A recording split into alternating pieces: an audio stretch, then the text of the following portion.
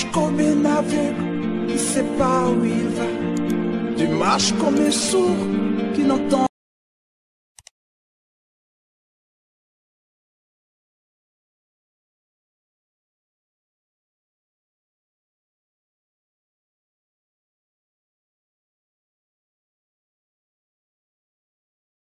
Béni soit le Seigneur. Nous allons prier pour recommander cette séance au Seigneur.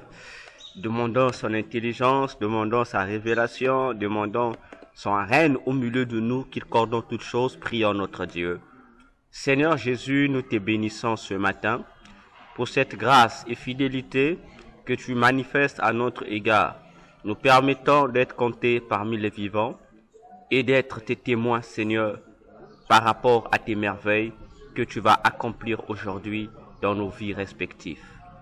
Merci, Père, encore pour cette opportunité que tu nous accordes d'être là, réunis dans ta maison autour de ta parole, afin de parler des choses qui te concernent, Père. Car ta parole est là, notre vie, notre source énergique, Seigneur. Maintenant, nous nous abandonnons à toi ce matin, afin que, Père, tu accomplisses tes meilleurs vœux dans nos vies maintenant. Car chaque fois que nous nous retrouvons dans ta maison, au ciel, c'est un moment sacré. Ainsi, je proclame, Jésus, que ce moment soit sacré à tes yeux. Que tu déploies, Seigneur, l'esprit de révélation, l'esprit de connaissance, l'esprit prophétique, l'esprit d'intelligence, l'esprit de sagesse, pour nous conduire tout le moment que nous allons passer. Oh Dieu, que ton esprit nous unisse pour que nous ayons les mêmes pensées, les mêmes désirs ce matin. Donne-nous la capacité de comprendre ta parole, de découvrir tes mystères et de les retenir, Père de gloire. Que toute force contraire à ce que nous allons partager tombe. Que tout esprit anti-révélation tombe. Que tout esprit, Seigneur, de l'ignorance, tout esprit d'incrédulité, Seigneur, quitte tous ceux qui vont nous suivre maintenant et à jamais. Nous qui sommes ici et le reste du monde qui vont nous suivre, Seigneur, au travers des différents réseaux sociaux et autres moyens de communication. Seigneur, laisse qu'ils soient touchés, connectés à toi. Maintenant, Jésus, parle-nous, révèle-toi à chacun de nous, communique-nous, Seigneur, ton onction de révélation. Maintenant et à jamais, nous t'avons ainsi prié, nous disons Amen. Bien, que le Seigneur Jésus soit béni. Ce matin, nous allons mais voir un thème sur le démon du mois de mars. Étant donné que depuis le début de l'année, nous avons commencé notre étude sur les démons mensuels et aujourd'hui, nous allons parler du démon qui coordonne le mois de mars. C'est pourquoi nous allons lire dans Apocalypse 9, verset 13 jusqu'au verset 15. Apocalypse 9. Si, c'est ce que je disais. Mais vas-y. Mais oui, on a recommencé pour rien. Vas-y. 13. Nous commençons à 16. 13 à combien tu as dit? 13 à 15. Ah, donc moi j'ai complété le 16, c'est pourquoi. Voilà, vas-y. Le 6e ange sonna de la trompette, et j'entendis une voix venant des 4 cornes de l'autel d'or qui est devant Dieu, et disant au 6e ange qui avait la trompette, délie les 4 anges qui sont liés sur le grand fleuve d'Euphrate. D'accord. Et les 4 anges qui étaient prêts pour l'heure, le jour, le mois et l'année furent déliés afin qu'ils toisent le tiers des hommes. D'accord. Donc, ce passage d'Apocalypse est un passage révélateur pour nous. Pourquoi? Quoique ici, le livre de l'Apocalypse nous révèle les événements post-enlèvement de l'Église, c'est-à-dire les événements qui vont s'accomplir après que l'Église soit rentrée dans le royaume des cieux. Et puisque la Bible parle du règne de l'Antichrist, grande tribulation, Et pendant la période de la grande tribulation, c'est là que Dieu va déclencher également l'opération qu'il appelle jour de l'Éternel, qui est jour de vengeance, où le Seigneur viendra se venger des habitants de la terre de tous les maux qu'ils ont fait subir à Israël, son peuple. Alors, les jugements de l'Éternel vont donc commencer avec les 7 trompettes dont parle le livre de l'Apocalypse. Ok? Parce que les sceaux de l'Apocalypse, les 7 sceaux, parce que les trompettes se trouvent dans le 7e sceau. C'est-à-dire, l'ouverture du 7e sceau donne naissance, inaugure le début des trompettes. Alors, du premier sceau jusqu'à nous rentrons déjà, nous sommes là au règne de l'Antichrist. C'est-à-dire, l'Église n'est plus sur terre. Alors, les 7 trompettes, c'est pour juger, c'est là, avec les 7 trompettes de l'Apocalypse suscitées, que vont commencer le jugement de l'Éternel pour les nations, dont les prophètes de l'Ancien Testament ont eu à prophétiser et appeler par jour de l'Éternel. Un jour redoutable et cruel, un jour de vengeance, un jour, ça porte plusieurs noms. Ça n'a rien à voir avec le jugement dernier. Non. Alors, on dit le 6e ange sonna de sa trompette. J'ai entendu une voix qui venant des 4 cornes de l'autel d'or qui est devant Dieu. Attention. J'entends des gens dire, au ciel là-bas, il n'y a pas de temple. Non, Dieu n'a pas de forme. Ceux qui enseignent ainsi doivent faire très attention. Parce qu'ils disent des blasphèmes. De la même manière que nous avons sur la terre des temples de Dieu, des édifices. De la même manière au ciel, il y a aussi un édifice, il y a aussi un temple de Dieu qui est là, où les gens viennent adorer. De la même manière que nous le faisons ici sur la terre. Ainsi, ici, l'Apocalypse précise un élément qui doit attirer notre attention, quoique ça soit une parenthèse que j'ouvre. Il dit, lorsque le 6e ange, le 6e trompettiste, sonnera sa trompette, on dit, une voix va sortir d'où? On dit des 4 cornes de l'autel. Quel autel? De l'autel d'or qui est devant Dieu. Attention. De quel autel parle-t-on ici? Parce que lorsque nous parlons d'autel, on fait automatiquement allusion au temple de Dieu. Attention. Dans le temple de Dieu, il y avait combien d'autels? Dans le temple de Dieu, il y avait 2 autels. Le premier autel était sur le parvis, qu'on appelait l'autel de l'Holocauste. Et cet autel était fabriqué à partir du métal que nous appelons l'airain. Et sur l'autel de l'Holocauste, on venait offrir, brûler les sacrifices qui étaient donnés, c'est-à-dire les bœufs et autres. Ok? Et ça représentait, qu'on appelle ça, l'autel de ce qu'on appelle du dépouillement. De la repentance. Cet autel nous parle de la repentance. Ok? Parce que lorsqu'on amenait un animal pour le pardon de péché, on prenait, après d'avoir égorgé l'animal, déversé son sang, on prenait cet animal, on le consumait sur cet autel de l'Holocauste. Voilà pourquoi on appelle ça autel de l'Holocauste, c'est-à-dire un autel qui sert à la consommation des sacrifices. Et lorsque nous parlons de l'autel ici, il s'agit de quoi? Il s'agit de ce que nous pouvons appeler le foyer. Tu comprends un peu? C'est-à-dire le foyer. Pas le foyer en tant que famille, mais le foyer en tant que support qui nous permet de cuire les aliments. Ok? Tu comprends? Le foyer. Alors, et on appelle ça hôtel. Quoi que ça soit un foyer, mais on appelle ça l'hôtel pour amener les gens à l'esprit de quoi? D'un culte. À l'esprit d'une offrande sacrée. Lorsqu'on parle des autels, donc d'un lieu qui est consacré pour devenir un lieu ou un centre de culte. Ok? Et ce foyer-là servait à cela. Ce foyer ou ce mini-four servait à cela. Et ce foyer avait également 4 cordes.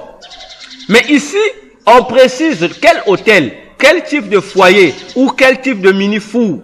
On dit autel d'or. Et nous savons que l'autel d'or, plutôt l'autel de l'Holocauste se situait au parvis. C'est dans le parvis. C'est-à-dire dans la première partie du temple de Dieu.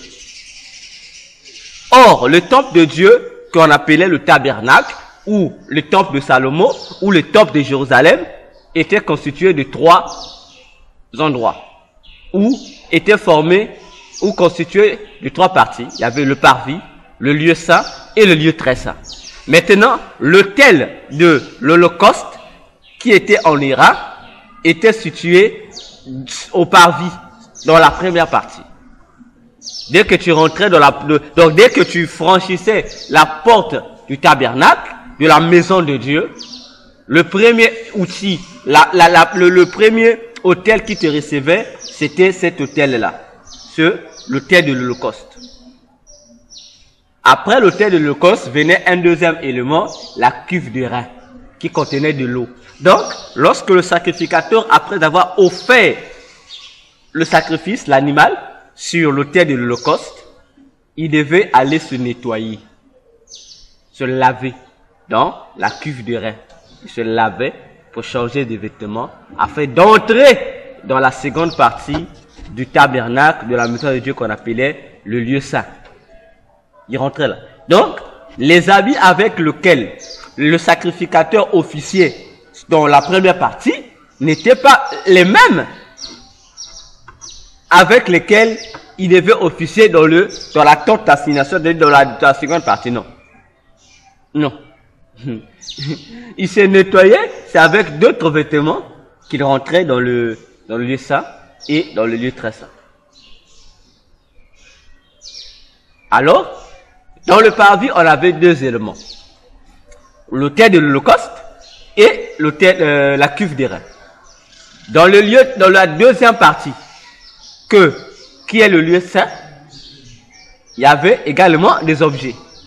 Or, j'entends dire ici, partout, presque, 99% des enseignants de la parole, des pasteurs, des bishops, des théologiens, ils disent que dans le lieu très saint, plutôt dans le lieu saint, c'est-à-dire le lieu saint, la deuxième partie de la maison de Dieu, il y avait 3 outils ou instruments.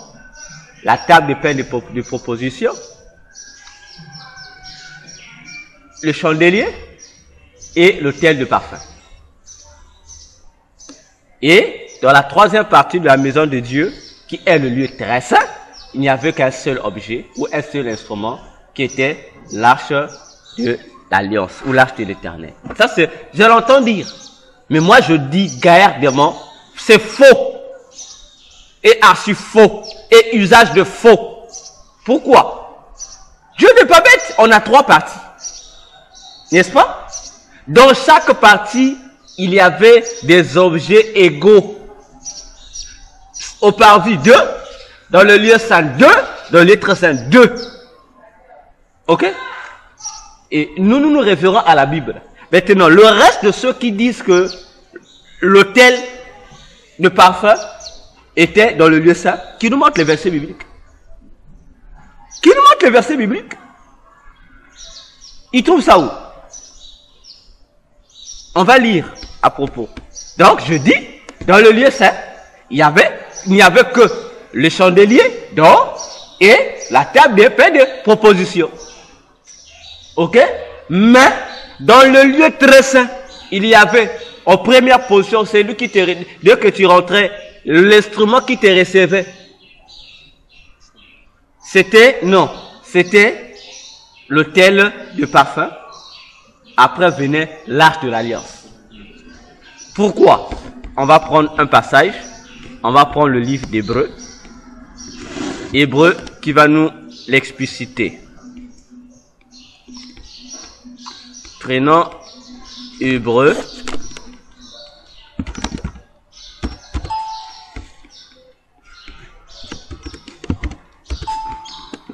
Le livre d'Hébreu, voilà. Essayons de prendre Hébreu 9. Voilà. Ok, prends Hébreu 9. Commence du premier jusqu'au verset 4. On va lire doucement. Disons au nom du Seigneur. Nous bénissons notre Dieu. La première alliance avait aussi des ordonnances relatives au culte et le sanctuaire terrestre. C'est-à-dire, le sanctuaire terrestre ici, on fait allusion à la tente d'assignation qui était séparée en deux parties, le lieu saint et le lieu très saint. Vas-y. Un tabernacle fut en effet construit. Qui en le fait construire? Dans la partie antérieure. Papa, lis bien, pardon. Dans la partie antérieure. C'est-à-dire, on parle du sanctuaire. Là, on parle pas du parvis. Parvis, c'est la cour. Mais on parle maintenant de la maison qu'on appelle le sanctuaire. On dit, oui, dans la partie antérieure, appelée le lieu saint, était le chandelier, la table, et les pains de proposition. Il y avait que combien d'instruments? 2. Parce que les pains de proposition étaient sur la table des pains de proposition. Tu comprends? On a séparé ça, mais les pains, donc, les qu'on parle d'instruments, on avait que la table et le chandelier. Parce que les pains, on venait mettre les pains de proposition sur la table. Il y avait que 2 outils. On dit c'était où? Au lieu saint, non, on précise au lieu saint, il y avait quoi? Le chandelier. Dans la partie antérieure appelée le lieu saint était le chandelier, la table et les pains de proposition. Donc, on a 2 autres instruments. Maintenant, continuons la lecture. Derrière, le second voile. Malébé. Dans la maison de Dieu, pour quitter, c'est-à-dire pour quitter du parvis vers le lieu très saint, plutôt le lieu saint, donc de la première partie vers la deuxième partie, il fallait traverser une porte. La première porte qui te donnait accès au parvis, à la cour de la maison de Dieu. Il y avait une porte, la première porte. Tu vois, non? La première porte, tu franchis. La première porte, qui était faite en forme de panne, comme des linges. Tu traverses la première porte te donne accès au premier lieu, à la première partie qui est le parvis. Dès que tu quittes le parvis pour entrer dans le lieu saint, il y avait également une porte. C'est-à-dire, lorsque je parle de porte, c'était pas des portes aujourd'hui, mais des portes en forme de linge, puisque c'était des linges, c'était le tabernacle, maison faite à partir des tentes. Maintenant, pour quitter le lieu saint, pour rentrer dans la troisième partie qui est le lieu saint, il y avait également un voile, c'est-à-dire une porte en forme de voile qui était là, qu'il fallait traverser. Reporte à lecture le verset 4.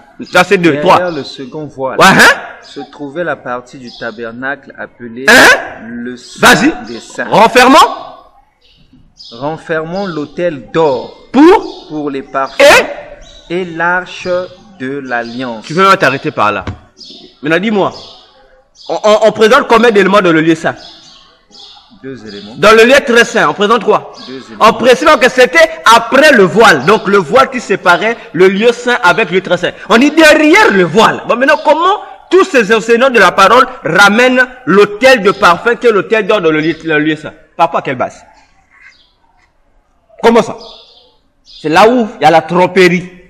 Revenons sur notre Apocalypse. Donc nous comprenons que la voix qui sort ici, du 6e ange qui sort de la trompette, sort de quel hôtel? L'hôtel d'or. Or, l'hôtel d'or se trouve où? Dans le lieu très saint. C'est l'hôtel de parfum qui représente le ministère de l'adoration. Et on dit, dès que ça sort, on dit quoi? L'ordre qui est donné dit quoi? Délie les 4 anges qui sont liés sur le grand fleuve d'Euphrate. Et les 4 anges qui étaient prêts pour l'heure, le jour, le mois et l'année furent déliés afin qu'ils tuassent le tiers des hommes.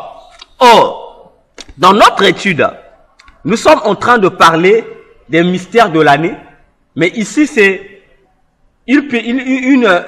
un module où nous sommes en train de parler des esprits qui dirigent les mois, chaque mois que nous débutons, les esprits qui les coordonnent. Nous voyons bien ici qu'il y a des anges. Donc il y a combien d'anges? 4 anges. Donc il y a un ange qui gère le jour, il y a un ange qui gère le mois, il y a, voilà, un ange qui gère l'année et il y a un ange qui gère l'heure. Donc ils sont 4 principaux anges que Dieu a établis pour gérer le jour, le mois et l'année. Ok? Maintenant, Satan aussi dans son camp, il a fait une copie collée de cette administration de Dieu. Donc, lui aussi a établi des anges pour gérer les heures, pour gérer le jour, pour gérer les mois et pour gérer les années. Donc, pour le mois passé, nous avons dit, le démon qui gérait le mois le mois de janvier, c'est le démon Bélial. Le démon Bélial, que le grec appelle par Chronos et le romain par Janus, que nous, au français, on appelle par janvier. La Bible appelle le démon Bélial. Et pour ce mois de février, le démon qui coordonne, on l'appelle monstre marin, que la Bible n'en parle, le Léviathan. Maintenant, nous anticipons pour parler aujourd'hui, nous sommes le 19 février, nous parlons déjà du démon du mois de mars. Ok? Le démon du mois de mars, c'est un démon à qui Satan a donné le pouvoir de gérer le mois de mars. Voilà pourquoi nous avons donné ce passage pour apporter de la lumière au peuple de Dieu et à tous ceux qui vont nous suivre pour connaître les raisons pour lesquelles nous parlons de ces mois. Parce que les gens pensent que lorsque nous parlons des démons des mois, on invente, on extrapole. On essaie d'expliquer les mystères qui se cachent dans ces choses-là. Voilà pourquoi nous avons donné ce passage-là. Alors, nous allons donc expliquer le mois de mars. Nous savons que d'après le calendrier populaire, le mois de mars est le 3e mois de l'année. Dans le calendrier actuel que nous utilisons, c'est le 3e mois de l'année. Et le mot mars, c'est un mot qui vient du latin. C'est un mot latin qui vient de Martius. Martius. M-A-R-I-T-U-S. Martius. Qui signifie... D'abord, attends. On va aller pas à pas. D'accord? Ce nom-là vient du latin martialis. Ok? Le mot mars vient du latin d'abord, martialis. Donc, martialis, avec S à la fin seulement. Ça vient du mot martialis. Martialis signifie consacré au dieu Mars. Ok? Consacré au dieu Mars. Donc, Mars, c'est quelque chose qui a été consacré au dieu Mars. D'accord? Or, le mot Mars lui-même, il vient du latin Martius, qui signifie guerrier. Donc, le nom Mars signifie guerrier. Donc, c'est lui qui prend le nom de Mars. Ça prend maintenant le mot, on va dire, ça devient un adjectif. Et ça devient martialis, ce qui veut dire quelque chose qui a été consacré à Mars. C'est comme les chrétiens. Les chrétiens, le fait qu'ils acceptent Jésus dans leur vie comme Seigneur Sauveur, on les appelle chrétiens pour montrer leur appartenance au Dieu Mars. Et le nom Mars lui-même, voilà, dans ce sens-là. Mars maintenant signifie Martius, qui signifie guerrier. Chez les Romains, ça veut dire guerrier, on dit Mars. Chez les Grecs, le même Dieu, le même démon est appelé Arès. Ok? A-R, accent grave S, Arès.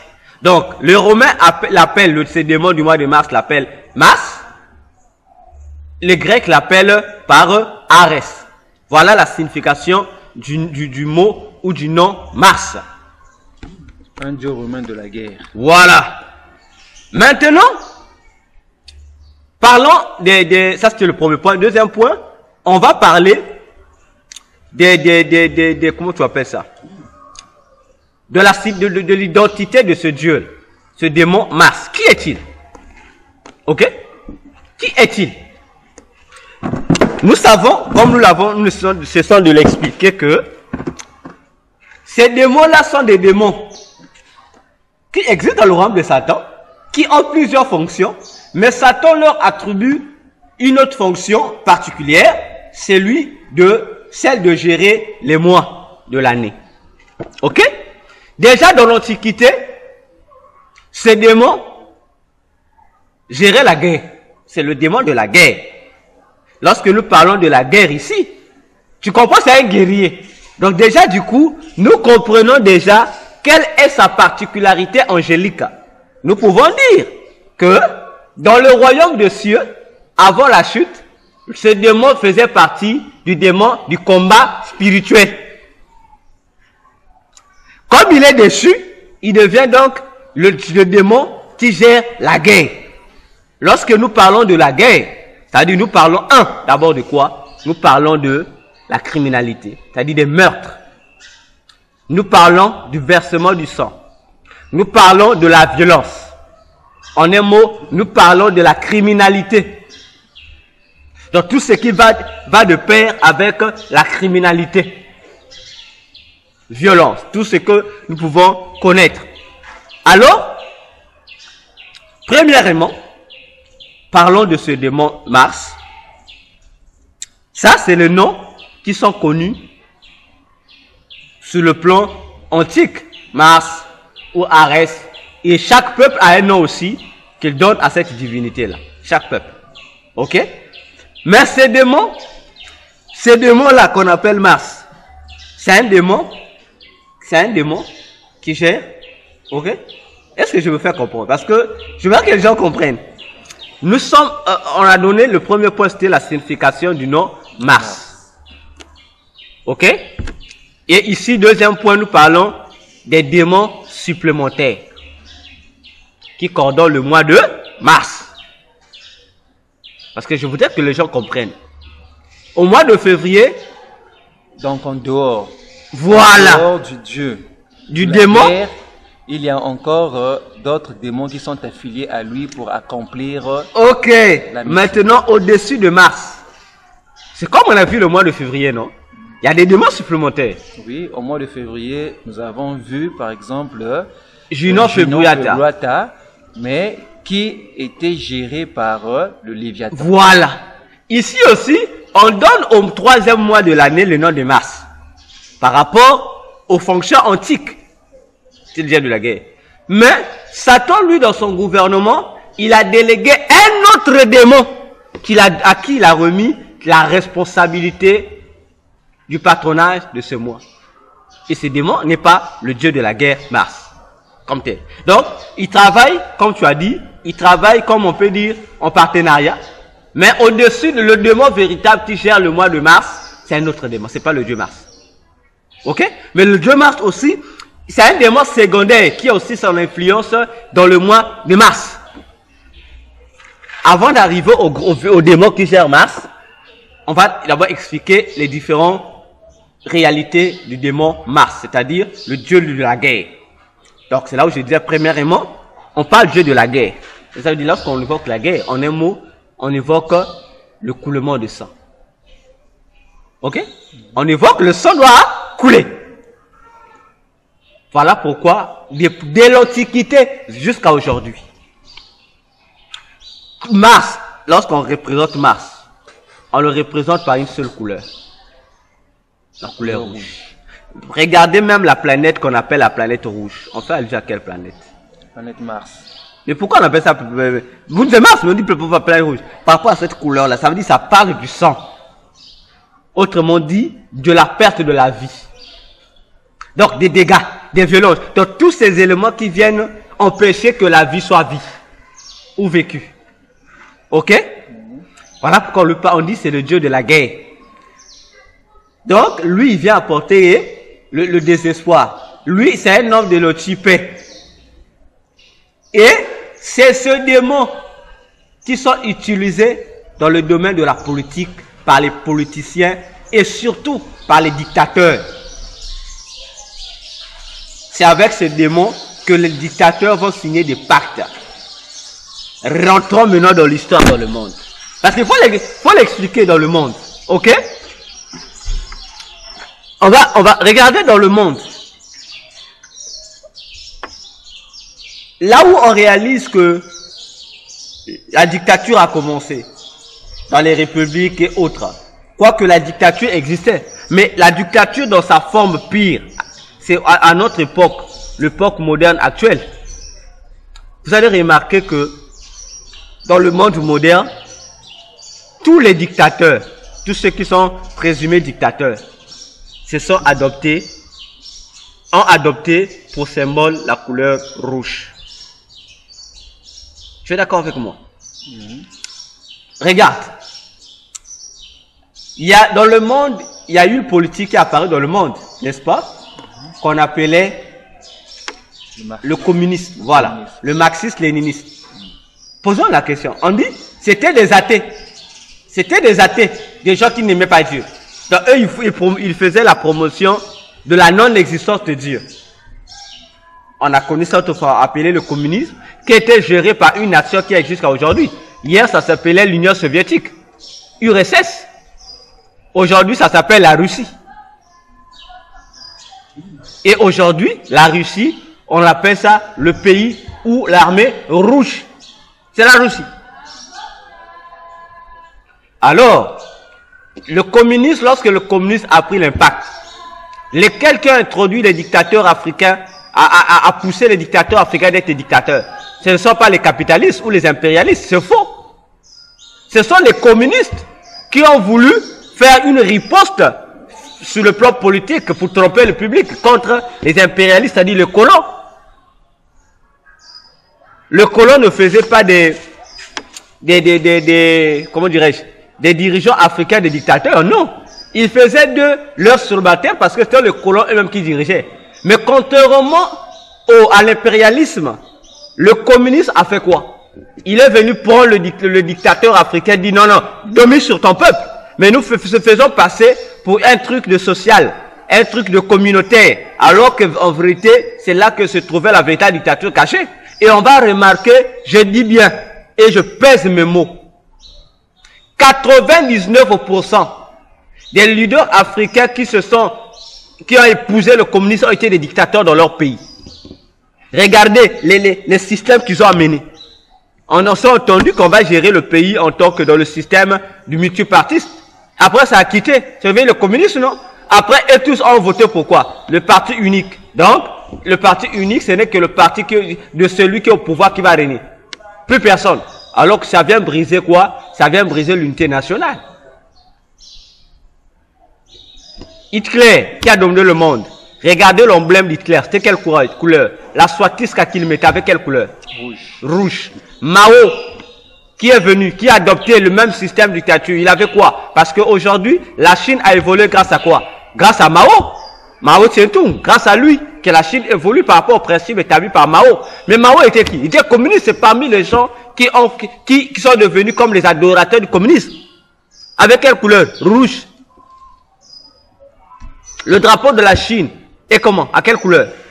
Rouge. Pourquoi? Ça représente le communisme. Et la Chine aujourd'hui se développe, fonctionne à partir de ce symbole-là, de cette pacte de Mao. Les gens pensent que c'est l'intellectualisme. Les gens pensent que les Chinois sont développés. Mais ils oublient que les Chinois sont développés en se basant sur ce principe-là. Regardez. On parle de la Chine. Aujourd'hui, politique économiquement parlant, la Chine devient la seconde puissance mondiale, n'est-ce pas? Et la Chine se développe. Et la Chine gagne du terrain. Et nous qui sommes hors de la Chine, on voit la Chine comme un beau pays. Mais le président chinois qui est là-bas, c'est un grand dictateur. D'ailleurs, il s'est même proclamé, comment on appelle ça, leader à vie. Demandez véritablement ceux qui vont en Chine. Ils vont vous dire les réalités de la Chine. Ceux qui ont dit non, la Chine est bien, mais on ne vous dit pas les réalités cachées. Parce qu'en Chine, la surveillance est imposée dans presque toutes les maisons. Il y a des caméras de surveillance, l'État vous surveille. Donc, vous êtes totalement et absolument surveillé. Ce n'est pas la dictature. Donc, on vous fait croire que physiquement, vous êtes bien, vous évoluez, mais de sous-bassement, on vous êtes sous la dictature. Vous êtes sous la dictature. On vous impose une dictature, mais une dictature cachée dans le bien-être, comme faisait le communisme, qui aujourd'hui porte le nom du socialisme. Rien n'a changé. C'est le nom qui a changé, mais le pacte avec le démon n'a pas changé. Et on va remarquer entre la gérance des impérialistes et celle des communistes, où il y a plus eu bain de sang dans le communisme. Bain de sang. Il y a eu bain de sang.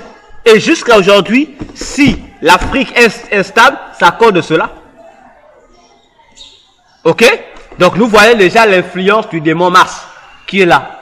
Et le démon Mars, lui, il promotionne l'athéisme. Parce que Dieu est un Dieu de paix. Mais lui, comme il est la violence, la guerre, il doit faire quoi? Il doit empêcher les gens d'être en paix. Et c'est là où les Karl Marx, mandatés depuis le monde des ténèbres, pour mettre à jour cette philosophie du marxisme-léninisme, est venu. Pour mettre ça à jour. Et c'est un plan élaboré. Parce que Karl Marx était un grand sataniste à haut niveau dans le monde occulte. Alors, on voit déjà cette influence du démon Mars. Nous sommes au Congo-Brazzaville et nous allons en parler. En long et en large. Sans avoir froid au dos. Tant pis pour les politiciens, tant pis pour eux. La vérité reste la vérité. Jésus a dit, vous connaîtrez la vérité et la vérité vous affranchira. Et nous sommes hommes de Dieu, ce n'est pas pour craindre les rois ou les présidents. On va dire la vérité. Dans notre pays, le Congo-Brazzaville, nous le savons. Nous avons demandé l'indépendance en 1958. Et nous avons eu la première indépendance en 1958. Que chez nous, on appelle Journée de la République. Le 28, je crois le 28 novembre 1958. Et chaque le 28 novembre au Congo, on célèbre ça. C'est ce jour-là qu'on a remis aux Congolais, de manière un peu partielle, l'indépendance. Tandis que le gouvernement français gérait, et la clé était la tête, mais il laissait les fonctions, les basses fonctions au gouverné. Donc, le premier président congolais qui était l'abbé Fulbert Youlou, était là comme, il jouait le rôle du premier ministre. Parce que les clés de la gouvernance étaient entre les mains des Français, particulièrement du général de Gaulle, avant que nous arrivions en 1960. Et cette situation n'arrangeait pas les Congolais. Ils vont donc forcer d'y demander une indépendance complète et autonome. Ils n'ont plus besoin d'être moitié indépendants, moitié dominés encore par le gouvernement de Charles de Gaulle. Alors, on va donc se décider d'accorder une indépendance dans toute son entièreté. Et c'est là que il y a eu en 1960 la déclaration de l'indépendance du Congo qui est fixée le 15 août 1960 ou au Congo-Brazzaville. Lorsqu'on arrive le 15 août 1960, on fait l'indépendance. Alors que personnellement, je dis c'est faux, c'est encore là une tromperie, parce que la note circulaire proclamant cette indépendance n'avait pas été signée en août, mais a été signée en juillet. Ça a été signé en juillet, je pense, entre le 25 ou le 26 juillet 1960. Alors, soyons honnêtes, nous qui sommes intellectuels, nous qui réfléchissons. Lorsqu'on ratifie, on signe, c'est le jour où on signe que la note entre en vigueur. Mais comment la note circulaire qui accorde au Congo cette entièreté de l'indépendance, qui est signée en juillet 1960, mais qui est rapportée où on célèbre maintenant cette indépendance le 15 août 1960. Qu'est-ce qui s'est passé? Pas d'interrogation. Je donne le boulot aux historiens, allez vous informer.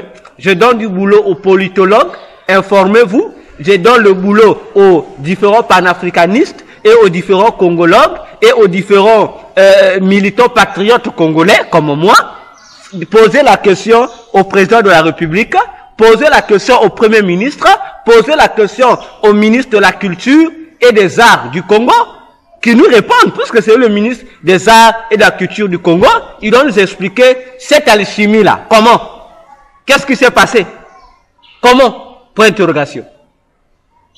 Alors, le premier président congolais, l'abbé Fulbert Yulu, plusieurs personnes se demandent pourquoi on l'appelle l'abbé.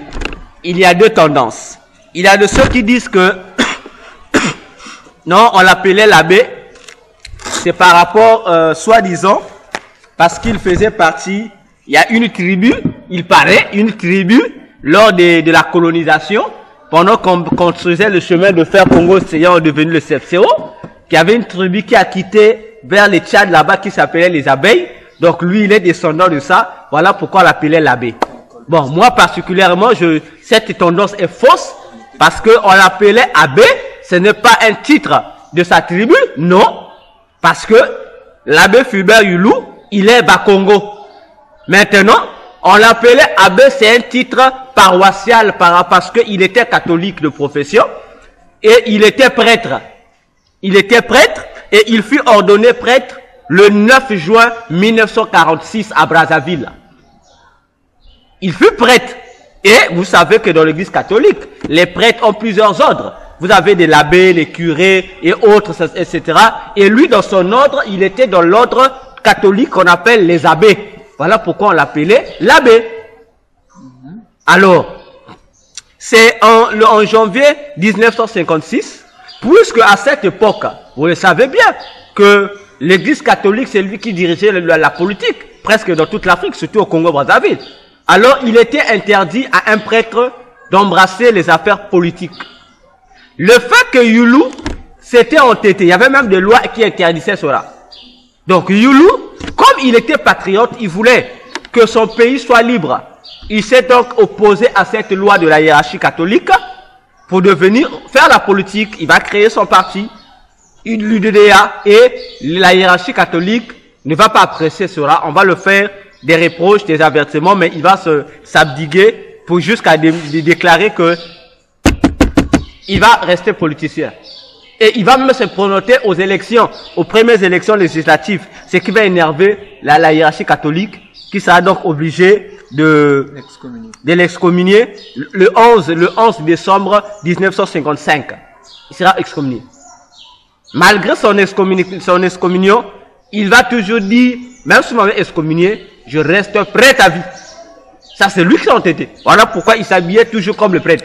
Non, mais c'est un principe au niveau de l'église catholique. On ne passe prêtre qu'une seule fois. Voilà. Même si un